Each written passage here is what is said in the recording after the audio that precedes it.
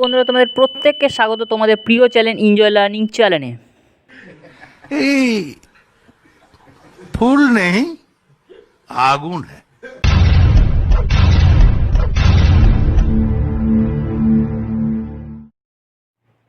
তো বন্ধুরা, তোমাদের প্রত্যেককে স্বাগত জানাই আমার প্রিয় চ্যানেল এনজয় লার্নিং চ্যানেলে। তো আজকের মাধ্যমিক পরীক্ষার্থীদের জন্য বড় সুখবর যে তারা এই যে পুরো বাংলার টোটাল সাজেশান প্যাকেজটাই পেয়ে যাবে, অর্থাৎ এই ভিডিওটা দেখলে তাদের আর অন্য কোনো ভিডিও দেখতে লাগবে না। ঠিক আছে, এটা আমি জোর গলায় বলতে পারি, কারণ এখানে প্রত্যেকটা অধ্যায় ভিত্তিক সাজেশানগুলো অলরেডি দেওয়া হয়েছে।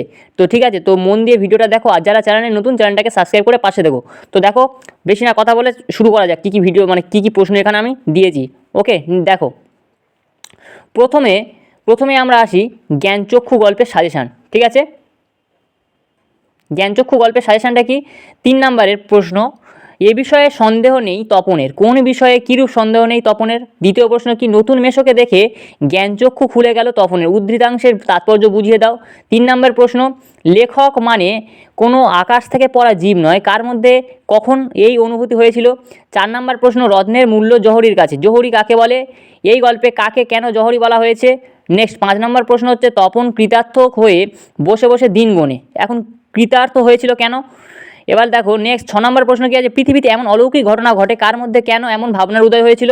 নেক্সট 7 নম্বর প্রশ্ন হচ্ছে, ক্রমশ এই কথাটাও ছড়িয়ে পড়ে, কোন কথাটার কথা বলা হয়েছে? নেক্সট, তপনের যে কথায় তপনের যেন কথায় হারিয়ে যায় এই সব কথার মধ্যে। ঠিক আছে, তপনের এরূপ অবস্থার কারণ কি? 8 নম্বর প্রশ্ন, 9 দেখো, নিজের পাকা হাতের কলমে, কার পাকা হাত ছিল এখানে, আর পাকা হাতের কলমে তিনি কি করেছিলেন? ঠিক আছে, নেক্সট দেখো, তপনের মনে হয় আজ যেন তার জীবনের সবচেয়ে দুঃখের দিন, তপনের এরকম মনে হওয়ার কারণ কি? আর দেখো, গভীরভাবে সংকল্প করে তপন কি সংকল্প করে, আর এরূপ সংকল্পের কারণ কি? নেক্সট দেখো, তার চেয়ে দুঃখের কিছু নেই, তার থেকে অপমানের কে কোন ঘটনায় কেন এই সিদ্ধান্ত পৌঁছেছিলেন? অর্থাৎ দেখো, তোমাদের কিন্তু এখানে 9, 10, 11, 12 খুব ইম্পর্টেন্ট, কিন্তু বাদবাকিগুলো তোমরা করবে। অর্থাৎ দেখো, একটা চ্যাপ্টার থেকে তোমরা 12টা প্রশ্ন করলে মোটামুটি এখান থেকে যাই প্রশ্ন আসুক না কেন, তোমরা কিন্তু সবগুলো কিন্তু আনসার ইজিলিভাবে ক্র্যাক করতে পারবে। নেক্সট দেখো, অসুখী একজন কবিতায় এখান থেকে কিছু প্রশ্ন দেওয়া হয়েছে অলরেডি।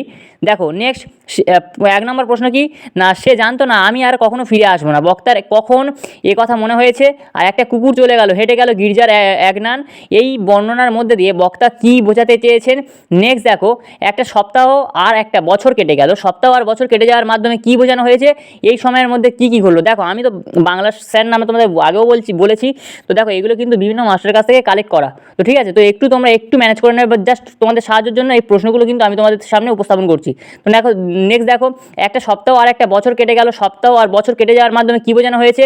ঠিক আছে, নেক্সট দেখো, পরপর পাথরের মতো কি, তাকে পাথরের মতো বলা হয়েছে কেন? নেক্সট দেখো, নেমে এলো তার মাথার ওপর, কার মাথার ওপর কী নেমে এলো, কীভাবে এবং কেন নেমে এলো, এই ব্যাপারটা একটু খুব ইম্পর্টেন্ট। নেক্সট দেখো 6 নম্বরে কী আছে? সেই মেয়েটির মৃত্যু হলো না, কার বা কাদের মৃত্যু হলো না এবং সেই মেয়েটির মৃত্যু হলো না কেন? ঠিক আছে, নেক্সট, তারা আর স্বপ্ন দেখতে পারলো না, কারা কেন স্বপ্ন দেখতে পারলো না? স্বপ্ন দেখার অর্থ ব্যাখ্যা করো। নেক্সট দেখো, রক্তের একটা কালো দাগ, রক্তের দাগকে কালো বলা হয়েছে কেন? এই উক্তিতে কোন ইঙ্গিত আছে? আর নেক্সট লাস্ট প্রশ্ন, এই মেয়েটি আমার অপেক্ষায়, মেয়েটি কেন অপেক্ষা ছিল, তার অপেক্ষার কী অবসান ঘটবে বলে তোমার মনে হয়? দেখো, অনেক ইউটিউব থেকে অনেক প্রশ্ন দেবে, বাট আমি মনে করি প্রত্যেকটা চ্যাপ্টার থেকে 7টা 8টা 9টা প্রশ্ন করা উচিত। ঠিক আছে, কেন ও বলবে, কোনো ইউটিউব চ্যানেল বলে দুটো প্রশ্ন করলেই রেডি, কিন্তু দেখো দুটো প্রশ্ন নাও তোমার পড়তে পারে পরীক্ষাতে, বাট তার জন্য নিজেকে সেভ রাখার জন্য এই প্রশ্নগুলো তোমাদের দেওয়া, যাতে এর মধ্যে অবশ্যই 100% যাতে তোমার কমন আসে। ঠিক আছে, 100% না, মোটামুটি তুমি যেন লিখতে পারো। ঠিক আছে, নেক্সট দেখো, অসুখী একজন কবিতায় 3টে প্রশ্ন মোটে দেওয়া হয়েছে। দেখো 5 নম্বরের প্রশ্ন কী দেওয়া হয়েছে? 3টে প্রশ্ন, অপেক্ষারত প্রিয়জনের কাছে ফিরতে না পারার বেদনা অসুখী একজন কবিতায় কীভাবে ব্যক্ত করা হয়েছে আলোচনা করো। আর নেক্সট দেখো কি, তারপর যুদ্ধ এলো, কোন ঘটনার পর যুদ্ধ এলো, যুদ্ধ আমার ফলশ্রুতি কী হয়েছিল? আর শিশু আর বাড়িরা খুন হলো, কেন খুন হলো? খুন শব্দটি প্রয়োগের সার্থকতা বিচার করো এবং মানব জীবনের কোন সত্য এখানে প্রকাশিত হয়েছে। ঠিক আছে, হয়ে গেল 3 নম্বরে 5 নম্বরে মোট 3টে প্রশ্ন দিয়েছি। নেক্সট দেখো, আয় আরও বেঁধে বেঁধে থাকি, এখান থেকে 5 নম্বরের প্রশ্ন, এখান থেকে দেখো কী কী আছে? আয় আরও বেঁধে বেঁধে থাকি কবিতায় কবির বিশ্ব মানবিকতাকে বোধের যে পরিচয় পাওয়া যায় সেটা আলোচনা করো, খুব ইম্পর্টেন্ট। 2 নম্বর প্রশ্ন দেখো, আয় আরও বেঁধে বেঁধে থাকি কবিতায় কবি কাদের বেঁধে বেঁধে থাকতে বলেছেন এবং বেঁধে বেঁধে থাকা বলতে কী বোঝায়? কবি বেঁধে বেঁধে থাকার প্রয়োজনীয়তা অনুভব করেছিলেন কেন? ঠিক আছে, দেখো, আমার ইতিহাস নেই অথবা এমনই ইতিহাস উদ্ধৃত অংশটি তাৎপর্য আলোচনা করো, খুব ইম্পর্টেন্ট। ঠিক আছে, কবি শঙ্খ ঘোষ কোন ভাবনায় ভাবিত আয়ারও বেঁধে বেঁধে থাকি কবিতাটি লিখেছেন তা আলোচনা করো, অথবা আয়ারও বেঁধে বেঁধে থাকি কবিতা কবির সমাজ সচেতনার কী পরিচয় পাওয়া যায় আলোচনা করো। খুব ইম্পর্টেন্ট, 5টা কিন্তু তোমরা স্টার মারবে, 5টা তোমাদের করতেই হবে, ঠিক আছে। নেক্সট দেখো, আফ্রিকা থেকে সাজেশন, আফ্রিকা কবিতা 5 নাম্বার কী সাজেশন এখানে দেওয়া হয়েছে দেখো। হাই ছাবৃতা, ছাবৃতা বলার কারণ কি, এই সম্পর্কে কবি কী বলেছেন, খুব ইম্পর্টেন্ট। হ্যাঁ, এলো ওরা লোহার হাত করে নিয়ে, ওরা কারা, ঠিক আছে, ওদের নগ্ন রূপের পরিচয় দাও, খুব ইম্পর্টেন্ট। দেখো এইগুলো তোমরা একবার স্ক্রিনশট নিয়ে নাও। তো এই প্রশ্নগুলো রেডি করলে আমি কথা দিচ্ছি তোমাদের নেক্সট কোনো ইউটিউব চ্যানেল দেখতে হবে না, জাস্ট এই কটাই রেডি করবে, ঠিক আছে। 100% পড়বে, 100% পড়বে, আমি তোমাদের গ্যারান্টি দিয়ে বলছি, ঠিক আছে। এই কটাই তোমরা জাস্ট রেডি করবে, 9টা তোমরা একটু রেডি করবে, ঠিক আছে। নেক্সট দেখো কী আছে, হারিয়ে যাওয়া কালিকলম থেকে দেখো এখান থেকে 5 নম্বরের প্রশ্ন কী আছে না, কালিকলমে প্রতি ভালোবাসা হারিয়ে যাওয়ার কালিকলম প্রবন্ধে কীভাবে ফুটে উঠেছে তা আলোচনা করো, এগুলিকে হারানোর বেদনা কীভাবে ফুটে উঠেছে। নেক্সট দেখো 3 নম্বরের প্রশ্নটা দেখো, কালগুনে বুঝিবা আজ আমরাও তাই, কালগুনে কথার অর্থ কী বুঝিয়ে দাও, বক্তা কেন এটা বলেছেন এবং আমরা তাই, ঠিক আছে। এই 3 নম্বর প্রশ্নটা খুব ইম্পর্টেন্ট। নেক্সট দেখো মোটামুটি অনেক কটাই প্রশ্ন দেওয়া হয়েছে, তোমরা একটা স্ক্রিনশট নিয়ে দাও, জাস্ট সেটা তোমরা কিন্তু বাড়িতে ভালো করে রেডি করবে, ঠিক আছে। স্ক্রিনশট নিয়ে আনা মানে এই নয় যে ফোনে পড়ে থাকবে, অবশ্যই প্রশ্নগুলো খুব সুন্দর করে রেডি করবে, ওকে। দেখো সেই আঘাতেরই পরিণতি নাকি তার মৃত্যু, কে কোন প্রসঙ্গে এই উক্তি করেছেন, খুব ইম্পর্টেন্ট প্রশ্ন 7এরটা। আশ্চর্য আজ সবই বিলুপ্তির পথে, এটাও খুব ইম্পর্টেন্ট, 6, 7 খুব ইম্পর্টেন্ট, ওকে। নেক্সট দেখো বহুরূপী কবিতায়, অর্থাৎ বহুরূপী কবিতা তোমরা জানো খুব ইন্টারেস্টিং একটা কবিতা, সরি হ্যাঁ এটা গল্প বহুরূপী, অর্থাৎ এখানে মেন গল্পটা হচ্ছে হরিদাকে নিয়ে, অবশ্যই তোমরা জানো। তো দেখো এখানে 5 নম্বরে কী প্রশ্ন দেওয়া হয়েছে, হরিদার জীবনে সত্যি একটা নাটকীয় বৈচিত্র্য আছে, হ্যাঁ হরিদার পরিচয় দাও, তার জীবনে নাটকীয় বৈচিত্র্যের সংক্ষিপ্ত বর্ণনা দাও, খুব ইম্পর্টেন্ট প্রশ্ন 1 নম্বরটা, ঠিক আছে। নেক্সট দেখো মোটামুটি 6টা প্রশ্ন এখান থেকে কালেক্ট করা হয়েছে, তো 6টা প্রশ্ন আমি গ্যারান্টি দিয়ে বলছি এখান থেকে একটা তোমরা 100% পাবে, ঠিক আছে।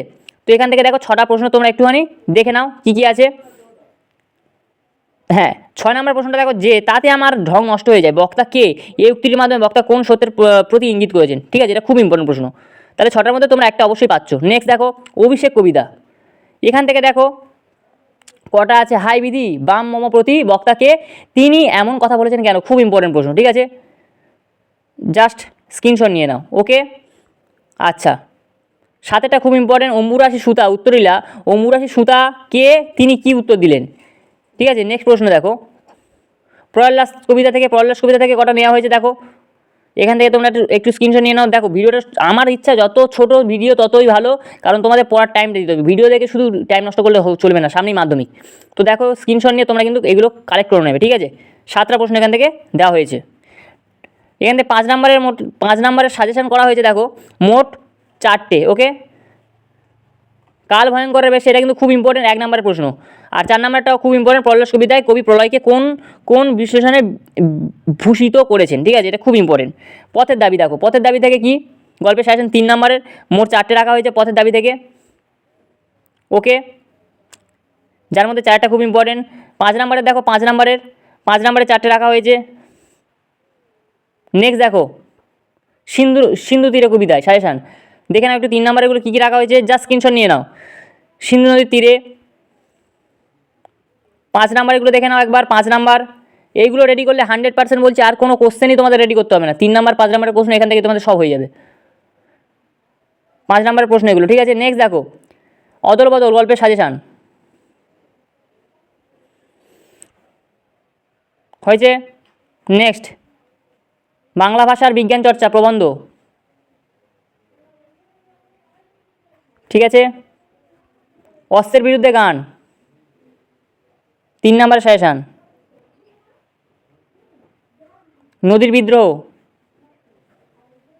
সিরাজউদ্দৌলা নাটকের সাজেশান প্রশ্ন উত্তর দেখে নাও। দেখো এই ছিল, আর কোনি থেকে তোমাদের সাজেশন অলরেডি আমি দিয়ে দিয়েছি পার্সোনালভাবে একটা। তো এই ছিল আজকে ভিডিওটা বন্ধুরা, তো খুব ভালো করে রেডি করবে, খুব ভালো করে, এবং প্রত্যেকে যেন পড়াশোনাটা খুব সুন্দর হয়, okay. Thank you, all the best, পরীক্ষার জন্য সবাইকে শুভকামনা রইলো এবং নিজেদের সুস্থ রাখবে, ভালো রাখবে, okay. Thank you, all the best.